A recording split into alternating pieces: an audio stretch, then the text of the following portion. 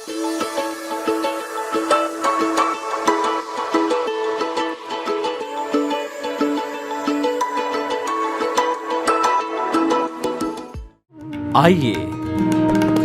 सुनिए, देखिए, समझिए सनातन सत्य।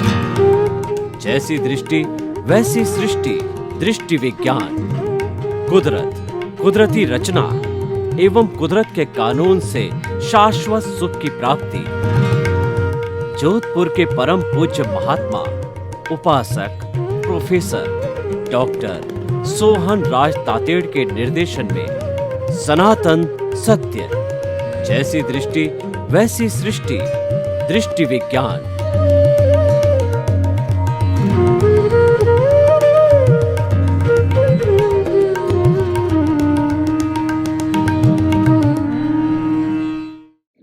भाइयों और बहनों, मातृशक्ति को नमन।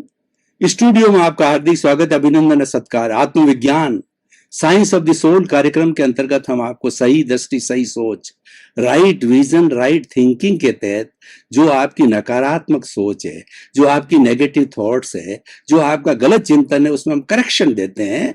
क्योंकि ये हमारा आत्मविज्ञान कार्यक्रम दृष्टि विज्ञान का कार्यक्रम है और करेक्शन दे करके हम आपको सम्यक मिथ्या दृष्टि की जगह सम्यक दृष्टि देते हैं और रॉन्ग विजन की जगह राइट विजन देते हैं, नेगेटिव थॉट्स की जगह पॉजिटिव थॉट्स देते हैं। ये सारा उपक्रम हम अलग अलग विषय और अलग अलग एपिसोड्स, अलग अलग चिंतन, अलग अलग भावधारा के साथ करते हैं। तो आज का हमारा बहुत ही सुंदर विषय है जो हम आपके सामने लेकर उपस्थित हो रहे हैं, आभा मंडल, जिसको ओरा कहा जाता है।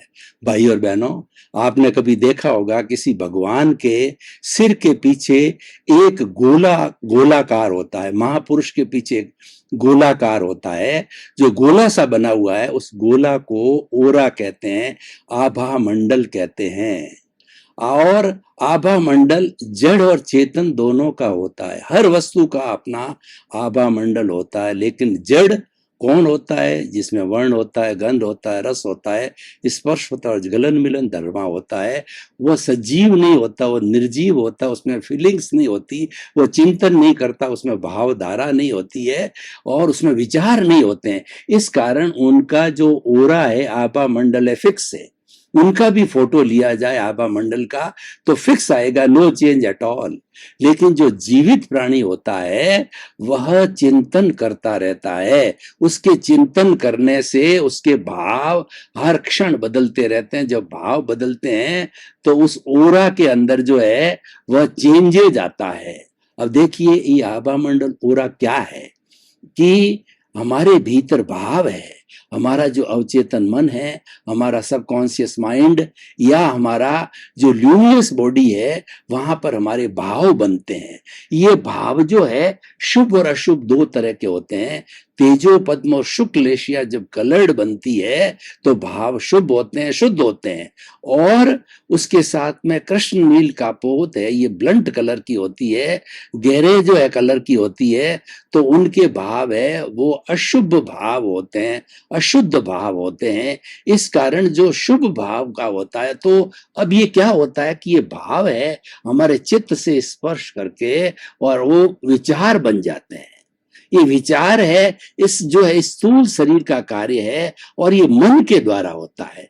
तो ओरा जो बनता है वो मन के माध्यम से बनता है। मन जो है उसका कार्य है कि वर्तमान का चिंतन करना और भूतकाल की स्मृति करना और भविष्य काल की कल्पना करना। और पांच इंद्रियों से जो हमारा बाह्य जगत के जितने जितने स्पर्शन, रसन, घ्राण, चक्षु, श्रोत्राणी इंद्रियों के द्वारा जो विषय आते हैं, उन विषय की योजना करना, उनको बुद्धि तक भेजना, ये भी जो है कार्य मन करता है। तो ओरा का संबंध है मन से है। तो मन जो चिंतन करता है वह ओरा के अंदर आ जाता है और ये हर क्षण बदलता रहता है। और इस ओरा के अंदर जो हमारे 4-6 महीने पहले ही हमको इंडिकेशन मिल जाते हैं क्योंकि हमारे जो ल्यूमिनस बॉडी है अवचेतन मन में, उसके अंदर बहुत से जो है विचारधारा पहले प्रकट हो जाती है। जो कुछ होना होता है वह अवचेतन मन के अंदर पहले इंडिकेशन मिल जाते हैं शुभ और अशुभ का। और जब इंडिकेशन ल्यूमिनस बॉडी में आते हैं, हमारे अवचेतन मन में आते हैं, तो भाव के माध्यम से ओरा में ट्रांसफर हो जाते हैं। तो ओरा हमें जो बता देता है 2 महीना 3 महीना पहले कि फला बीमारी आने वाली है। और मनुष्य जो है अपने शरीर का सबसे बड़ा डॉक्टर है, उसको आभास होने लग जाता है कि मुझे ये बीमारी की शुरुआत हो गई है, इसका जो है इसमें उद्भव हो गया है। और उसके कलर्स जो है ओरा के अंदर आ जाते हैं, और ओरा में कलर्स आने से जो है व्यक्ति का मालूम पड़ जाता है। इसको आभा मंडल कहा जाता है। तो भाई और बहनों, ये जो आभा मंडल है, आभा मंडल के चित्र लिए जा सकते हैं, क्योंकि आभा मंडल अष्ट स्पर्शी होता है। और हमारे अचेतन मन के अंदर जो सूक्ष्म शरीर है, सूक्ष्मतम शरीर है, जो कार्बन बॉडी लिंग शरीर, और जो हमारा लिंग शरीर और हमारी कॉजल बॉडी है, तो वह कॉजल बॉडी जो है वह चतुस्पर्शी पुद्गलों का बना हुआ होता है। तो चतुस्पर्शी पुद्गलों के बने होने के कारण जो है वह जो है वो उनका कोई भी जो है फोटो नहीं लिया जा सकता है, क्योंकि वो विज्ञान की भाषा में मासलेस पार्टिकल्स भी होते हैं, और उनका फोटो अष्ट स्पर्शी न होने के कारण फोटो भी नहीं लिया जा सकता। लेकिन ओरा हमारे तेजस शरीर से जुड़ा हुआ है, और हमारे अवचेतन मन सब कॉन्शियस माइंड से जुड़ा हुआ है। और ये अष्ट स्पर्शी जो है पुद्गलों का होता है, क्योंकि हमारी तेजो पद्म शुक्ल लेशिया और कृष्णनील कापोत लेशिया है, ये अष्ट स्पर्शी होती है, कलरफुल होती है। तो इस ओरा के फोटो लिए जा सकते हैं। और कर्लियन फोटोग्राफी है, बहुत फेमस है, और उन्होंने बहुत से जो है ओरा के फोटो लिए और उनका एनालिसिस किया। लाल रंग के, पीले रंग के, हरे रंग के, और अलग अलग कलर के जो है ओरा में फोटो आते हैं, और उनका हर एक एनालिसिस होता है। जो लोग इसके जो है बहुत एक्सपर्ट होते हैं, उन एनालिसिस से बता देते हैं कि व्यक्ति के अंदर इस तरीके के भाव चल रहे हैं, इस तरीके के चिंतन चल रहे हैं, और हर बार वह ओरा बदलता रहता है, हर बार उसका चित्र बदलता रहता है।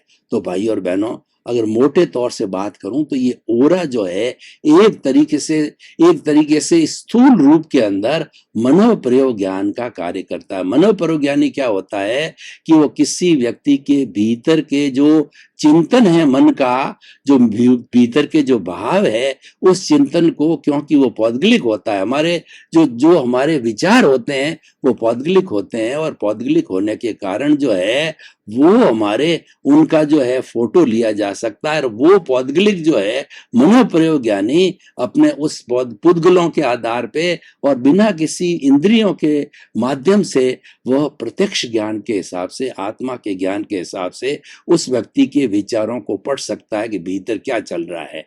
तो वो तो क्या है कि प्रत्यक्ष रूप से पढ़ते हैं, और हमारा ओरा है, इसकी एनालिसिस की जाती है। और इस एनालिसिस के अंदर जो जो कलर्स आते हैं, उनके कलर्स के आधार पर डेरिवेशन होता है। तो भाई और बहनों, ये कितना सुंदर उपक्रम है, और ये हर व्यक्ति के अंदर होता है। तो अगर हमें मालूम करना हो कि हमारे भीतर क्या चल रहा है, या कोई व्यक्ति ये जानना चाहे कि एक व्यक्ति के अंदर किस तरह की थिंकिंग है, इसका सबसे बड़ा लाभ ये है कि हमारी जो नेगेटिव थिंकिंग जो रेगुलर दिमाग के अंदर चलती रहती है, किसी के प्रति बुरे भाव आते रहते हैं, किसी को दोषित देखते हैं, जितना भी नेगेटिव का जो जगत है, मोह का संसार है सारा, वो बुराइयों का संसार है, वो नेगेटिव जगत है, और वो कर्म बंधन का कारण होता है। तो उनको पहले हम एनालिसिस कर सकते हैं ओरा के अंदर, और एनालिसिस करके उसमें करेक्शन दे सकते हैं। हमको ये मालूम पड़ जाता है। देखिए, जो साइकियाट्रिक्स होते हैं वो क्या होते हैं, या तो क्या है, पेशेंट की पूरी हिस्ट्री लेते हैं कि आपको ये डिप्रेशन है, आपको नेगेटिव थॉट्स है, किस कारण से, इसका वजह मालूम की जाती है। तो वो वजह मालूम करके और फिर उन हार्मोन्स को अच्छा करने के लिए वो मेडिसिन्स देते हैं, क्योंकि सारा कंट्रोल हार्मोन से होता है। हमारे जो भाव होते हैं, वो हमारा जो चिंतन कैसे बनता है कि वो भाव है कृष्ण नील कापो तेजो पद्म शुक्ल लेशिया, जो कलरफुल होती है, वो वाइब्रेशंस होती है हमारे एंडोक्राइन ग्लैंड से टच होकर के, और वो लिक्विड के अंदर बन जाती है, और लिक्विड वो हार्मोन्स के रूप में पूरे शरीर के अंदर फैल जाता है और वैसा ही वह कार्य करने लग जाता है। तो ये सारा भावों का खेल है और ये साइकियाट्रिक के लिए जो है आभा मंडल के चित्र लेना बहुत ही अच्छा उपयोगी हो जाता है। और इससे व्यक्ति जो है, हालांकि जो व्यक्ति चिंतन करता उसको तो मालूम तो रहता ही है, लेकिन कोई वो निर्णय नहीं ले पाता है कि नेगेटिव है कि पॉजिटिव है या मेरे नुकसानदायक है लाभदायक है, तो वो पूरा एनालिसिस करा करके और वो मालूम कर सकता है। इसके अलावा भी हमें किसी व्यक्ति के व्यक्तित्व की जांच करनी है कि व्यक्ति किस तरीके का चिंतन करता है। तो आभा मंडल के अंदर उसका जो व्यक्तित्व है, उसके जो भाव है, उसके जो विचार है, वो उतर जाते हैं। उतर करके हम आभा मंडल ओरा का चित्र लेकर के और वो जो है वो हम आराम से उस व्यक्ति के व्यक्तित्व की बात कर सकते हैं। भाई और बहनों, अब हम थोड़ा आभा मंडल की जो है एक उसके लाभ के बारे के, इसके गुणों की बात करते हैं। देखिए कि हर व्यक्ति का अपना अपना आभा मंडल होता है। बड़े बड़े भगवान रूप में भगवान महावीर है या स्वामी विवेकानंद है या बड़े बड़े जितने भी महापुरुष हमारे जगत में हुए हैं, आचार्य हुए हैं, जैन धर्म के बड़े बड़े अन्य धर्मों के जो आचार्य हुए हैं, जो कि हमेशा पॉजिटिव सोचते हैं, क्योंकि उन्होंने संन्यास लिया होता है और वो तिन्नाणम तार्याणम होते हैं, स्वयं तरने वाले होते हैं और लोगों को तारने वाले होते हैं। इसीलिए उनकी सोच बहुत ऊंची होती है। वो परमात्मा पद को प्राप्त करने वाले होते हैं और वो ज्ञानी पुरुष होते हैं, यानी वो अंतरात्मा बन चुके होते हैं। तो जो अंतरात्मा बन जाता है, प्राय प्राय उसका चिंतन अच्छा होता है और वो अगर भटक भी जाता है तो उसके जो है वो अंतरात्मा बनने से, ज्ञान लेने से प्रज्ञा जो है, हमारी आत्मा की भाव शक्ति है, वो जो भाव सत्ता है वो बहुत सक्रिय हो जाती है और वो तुरंत सामायिक आलोचना, प्रतिक्रमण, प्रत्याख्यान करा के उस ज्ञानी पुरुष को शुद्ध कर देती है। क्योंकि टू एयर इज ह्यूमन, इंसान गलती का पुतला है। जब तक केवल ज्ञान नहीं हो जाता है तब तक हर गलती संभव है। तो इस संसार के अंदर एकदम विशुद्ध व्यक्तित्व कौन है? वो केवल ज्ञानी जो है, वीतरागी, वही विशुद्ध व्यक्ति है। और केवल ज्ञान की प्राप्ति के बाद में व्यक्ति का कोई नेगेटिव चिंतन रहता ही नहीं है कि उनकी प्रज्ञा पूर्ण रूप से जागृत हो जाती है और मोक्ष का अधिकारी हो जाता है और फिर अपना आयुष्य कर्म को भोग करके वो सिद्ध, बुद्ध और मुक्त भी बन जाता है। तो भाई और बहनों, आप देखिए कि जब किसी भी बड़े आचार्य की सनिधि में हम बैठते हैं और भगवान महावीर को देखिए, सबसे पहले महावीर का उदाहरण लेता हूं कि भगवान महावीर का ओरा इतना शुद्ध था, आभा मंडल इतना शुद्ध था, प्योरेस्ट फॉर्म का था कि उनके प्रवचन को सुनने के लिए जो है देवगति, मनुष्य गति और तिर्यंच गति में देखिए पशु पक्षी और जो एक दूसरे का शिकार करने वाले होते हैं, जैसे कि शेर है, लोमड़ी है, कुत्ता है, बिल्ली है, चूहा है, वो सब एक जगह पे वो हिंसा के भाव भूल करके पूर्ण अहिंसक बन करके उनका प्रवचन सुनते हैं।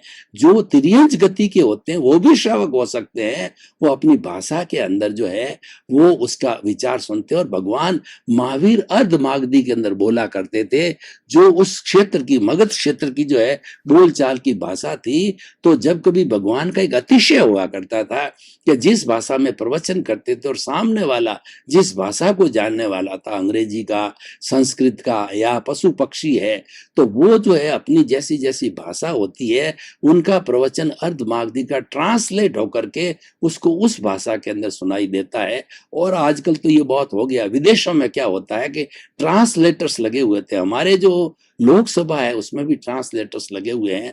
अगर किसी को तमिल है या कोई भी जो हमारी राष्ट्रीय, जो हमारी प्रांतीय भाषा अप्रूव्ड है, उसके साथ में हरे का बटन होता है, उसको दबा करके वो उसके अंदर उसका ट्रांसलेशन सुन सकता है।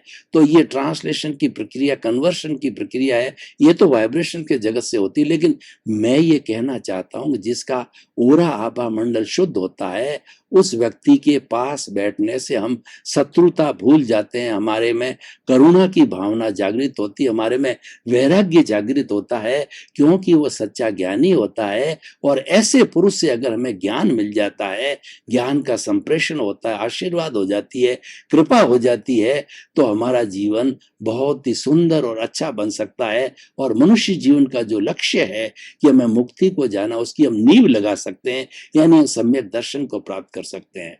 तो देखिए, ओरा का लाभ ये है कि हम महापुरुषों की सनिधि में रहें। महापुरुषों की सनिधि में रहने से हमें जो है वो अच्छी अच्छी बातों का, अच्छे गुणों का और सब की हमको जानकारी प्राप्त हो जाती है।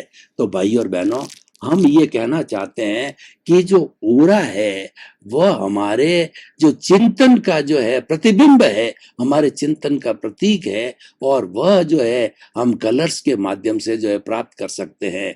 तो इसीलिए इस अगर आज के इस एपिसोड को तो मैं ओपन टू द ऑडियंस करूं, इसकी रिलीवेंस और इसकी सामाजिक उपयोगिता और इससे हमको क्या लाभ होगा, तो मैं बड़े आत्मविश्वास के साथ कहना चाहता हूं कि आज का जो हमारा विषय है ये नेगेटिव थॉट्स को पॉजिटिव थॉट्स में बदलने का एक बहुत बड़ा सूत्र है, बदलने का बहुत बड़ा विधान है। हम करेक्शन दे सकते हैं। हम अपने आभा मंडल का चित्र खिंचवा करके और उसकी एनालिसिस करा के हमारे जो नेगेटिव थॉट्स है किस तरीके से पॉजिटिव थॉट्स किए जा सकते हैं, या तो हम स्वयं चिंतन करें या साइकियाट्रिक से जो मिल करके और हमारे उस थॉट्स के अंदर करेक्शन दे करके शुद्धिकरण कर सकते हैं। तो भाई और बहनों, हम ये कहना चाहते हैं कि अपने विचारों को कभी भी नेगेटिव मत बनाओ। हमें वो आर्ट आनी चाहिए दुख में से सुख निकालने की। ये दुख और सुख है वो जो ये बदलते रहते हैं और ये एक दूसरे से जुड़े हुए हैं। ये जो है हर संजोग के साथ वियोग जुड़ा हुआ रहता है, और पाप का जब उदय होता है तो दुख आता है, पुण्य का जब उदय होता है तो सुख आता है। पुण्य और पाप व्यक्ति के हर क्षण जो है ये उदय भाव आता रहता, प्रारब्ध है। तो ये उदय भाव के अधीन जो है हम कभी दुखी हो जाते हैं, तो उसमें से सुख निकालने की कला जो हमको आनी चाहिए वो हम ओरा के द्वारा, आभा मंडल के द्वारा अपनी एनालिसिस करा करके, और हमारा डोमिनेंस ज्यादा किसका, हम ज्यादा क्रोध करते हैं, ज्यादा अहंकारी है, या ज्यादा छल कपट करने वाले हैं, क्या ज्यादा लोभी है, उन सब चीजों का चिंतन जो है हमारे आभा मंडल के चित्र के अंदर उतर जाता है और हम उसके अंदर करेक्शन देकर के ठीक हो सकते हैं। और हमारे भीतर जो बीमारियां हैं वो बीमारियों का भी पता हम जो है आभा मंडल से लगा लेते हैं। 2-3 महीने ही वो बीमारी जो है हमारे भीतर उतर जाती है ओरा के अंदर, और हम आराम से उसकी परीक्षा कर सकते हैं और उसके लिए सावचेत हो सकते हैं। उसके जितने उपचार के माध्यम होते हैं, prevention is better than cure.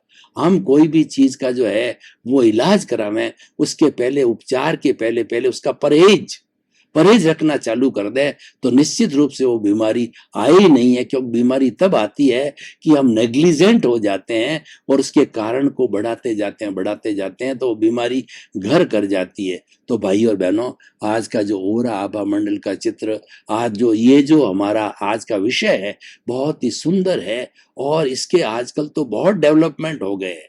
तुरंत व्यक्ति उस मशीन के सामने खड़ा होता है तो उसके लाल रंग के, नीले रंग के, पीले रंग के, काले रंग के जो है आभा मंडल के अंदर फोटो आ जाते हैं, और फोटो खींच करके, और जो एक्सपर्ट होते हैं वो समझने वाले होते हैं कि किस कलर का क्या रूप होता है, तो आराम से वो एनालिसिस करके हमको बता देते हैं। तो देखिए, हमेशा ये ध्यान रखो कि हमारा आभा मंडल कभी भी शुद्ध नहीं, कभी अशुद्ध नहीं होना चाहिए। और आभा मंडल अशुभ होता है और अशुद्ध होता है वो नेगेटिव थिंकिंग के कारण होता है। तो हम अपने जीवन के अंदर नेगेटिव थिंकिंग को कभी स्थान न दें, और हम 3 जो हमारे स्लोगन्स है जो आत्मविज्ञान के ऊपर, उसके ऊपर पूरा भरोसा करना चाहिए। सबसे पहला हमारा स्लोगन है थिंक पॉजिटिव। हमें हमेशा हर कंडीशन के अंदर सकारात्मक सोचना चाहिए और डू पॉजिटिव। और जब सकारात्मक चिंतन करेंगे तो हम सकारात्मक करने की भी कोशिश करेंगे। जब हम सकारात्मक चिंतन करेंगे और सकारात्मक कार्य करने लग जाएंगे तो हम सकारात्मक बन जाएंगे। मैं आपको एक उदाहरण बताना चाहता हूँ। मान लीजिए कि हम जो है वह रोड के ऊपर ड्राइविंग कर रहे हैं और 2 व्हीलर से जा रहे हैं, तो 2 व्हीलर से सामने वाले ने हमारे टक्कर मार करके हम गिर गए और गिर करके हमारे खरोंच आ गई। अब देखिए, इसके अंदर 2 तरह के लोग होते हैं। तो एक खरोंच आ गई, तो जो टकराव टालने वाला व्यक्ति होगा, ज्ञानी पुरुष होगा, तो वह क्या करेगा, वो सोचेगा कि चलो भाई खरोंच थोड़ी आ गई है, और जो भुगतता उसकी भूल है, सामने वाले कभी भूल होती नहीं है, तो मैंने कभी न कभी जो है वो इसको ये तकलीफ दी है, जब उसने आकर के निमित्त के रूप के अंदर मेरी ध्वनि की प्रतिध्वनि करके मुझे वापस तकलीफ पहुंचाती, उसको लाइटली लेता है और उस दुख में से सुख निकाल देता है और जाके उपचार कर देता है और 2-3 दिन में ठीक हो जाता है। अब उसका दूसरा पक्ष देखिए, जो जो व्यक्ति टकराव बढ़ाना चाहता है, वो सामने वाले से लड़ाई करेगा, झगड़ा करेगा, उसको कहेगा कि आपने मेरे लगा दिए है तो मेरे हॉस्पिटल में ट्रीटमेंट करना पड़ेगा, मैं तुम्हारे पे दावा करूंगा, पुलिस कार्रवाई कर दूंगा, और वास्तव में वो कर भी देता है, कोर्ट केस भी लगा देता है और मामला बहुत ज्यादा बढ़ जाता है, और उसके अंदर दोनों पक्ष जो है बहुत परेशान हो जाते हैं, और आखिर जाकर के दोनों के जो वकील होते हैं वो सुलह कराते हैं, क्योंकि अल्टीमेटली कोर्ट का काम भी है कंप्रोमाइज कराना, चाहे 10 साल 20 साल 30 साल कितना ही चले, क्योंकि दुनिया प्रकृति का नियम ही कंप्रोमाइज है कि झुको और झुकाओ, लिव एंड लेट लिव, परस्परोप करो जीवा नाम। हम जो दुनिया के अंदर रिलेटिव रूप से ही जो है वो रह सकते हैं, क्योंकि वास्तव के अंदर 100% किसकी गलती होती ही नहीं है, गलती जो है दोनों तरफ से होती है, किसी की परसेंटेज कम हो, किसी की ज्यादा हो, तो दोनों दोषी उसके अंदर दोनों दोषी होते हैं। तो दोनों दोषी होने के कारण वो अगर समझौता कर लेते हैं तो कोई लड़ाई झगड़ा और आगे फिसाद नहीं होता है। तो भाई और बहनों, आज का हमारा ये जो ओरा का जो हमारा ये विषय है, बहुत सुंदर विषय है और ये नया विषय है। इससे जानने के अंदर हमको होता है, हमको तो सिर्फ जो एक वलय बनता है मनुष्य के जो है वो सिर के बाहर जा, क्योंकि चिंतन होता है हमारे मस्तिष्क के अंदर होता है, मन है मस्तिष्क के अंदर होता है। वैसे तो पूरे शरीर में मन होता है, लेकिन उसका मुख्य स्थान मस्तिष्क में माना जाता है, तो चिंतन वहां पे होता है। तो उससे उससे उसके हमारे मस्तिष्क से 1 या 2 जो है 2 इंच दूरी के ऊपर एक गोलाकार वलय बनता है, वही आभा मंडल होता है, वही ओरा होता है। तो लोग पॉजिटिव थिंकिंग करने वालों के ब्राइट कलर होते हैं और नेगेटिव थिंकिंग करने वालों के जो कलर होते हैं वो डार्क कलर होते हैं, जिसको कि 2 भागों में भी बांटा गया है। तेजो पद्म शुक्ल लेशिया पॉजिटिव थिंकिंग के है, और जो कृष्ण नील कापोत लेशिया जो है नेगेटिव थिंकिंग है। तो भाई और बहनों, हम निष्कर्ष की भाषा में बात करें कि हमारा आभा मंडल और ओरा का जो विषय है ये बहुत ही टेक्निकल विषय है, और ये हमें समझ करके और हमारा चित्र खिंचवा करके हम एनालिसिस प्राप्त करें कि आखिर हम हमारे चिंतन के अंदर क्या कमी है, उस कमी को हम दूर करें तो हमारा ओरा मंडल है, ओरा और आभा मंडल है, वो सुधरता रहेगा। और जिसका ओरा या आभा मंडल है वो सुंदर होता है, वो व्यक्ति सुंदर व्यक्तित्व वाला होता है। भाई और बहनों, आपका बहुत बहुत धन्यवाद। आप आत्मविज्ञान कार्यक्रम बराबर देखते रहिए, क्योंकि आत्मविज्ञान कार्यक्रम एक बदलाव का कार्यक्रम है, ये दृष्टि विज्ञान है, और हमारा सूत्र है कि जैसी दृष्टि वैसी सृष्टि। हम आपकी रॉन्ग बिलीफ को राइट बिलीफ के अंदर बदलते हैं, आपकी नेगेटिव थॉट्स को पॉजिटिव थॉट्स के अंदर बदलते हैं, और आपको एक अच्छा इंसान बनाते हैं। सर्वे भवन्तु सुखिनः, सर्वे भवन्तु निरामया। इसी क्रम में आपका जीवन आनंदमय हो, मंगलमय हो। आपके प्रति बहुत बहुत शुभकामनाएं।